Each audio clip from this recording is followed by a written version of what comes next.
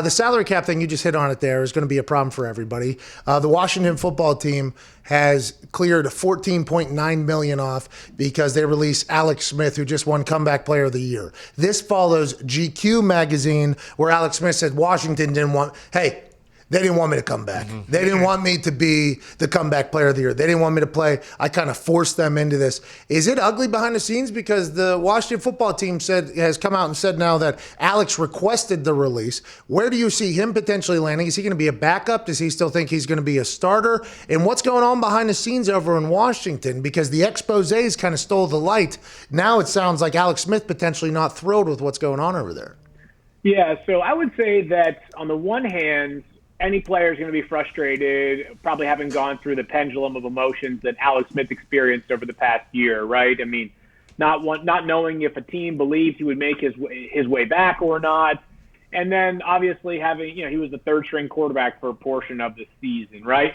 But I think we all know enough about Ron Rivera to know that a coach who's going to handle things the right way more often than not is typically Ron Rivera. As far as Alex Smith's future, I do think it's an interesting conversation. It was the best story in football last year. I thought it was an incredibly inspiring story. That there were some life lessons to be gained from watching Alex Smith return to the football field and doing what he loved. On the other hand, if you're looking at the potential starting gigs right now, there's not a ton, and we all love Alex Smith. All of us do. I'm sure I can speak for this entire program in saying as much. He threw 2 fewer touchdowns than interceptions last regular season. He averaged like 190 passing yards per game.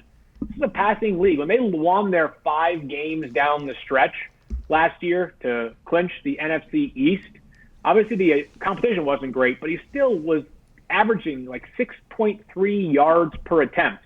Just for some perspective, some of the best around the NFL are closer to 8.5 or 9 yards. Not a vertical passer.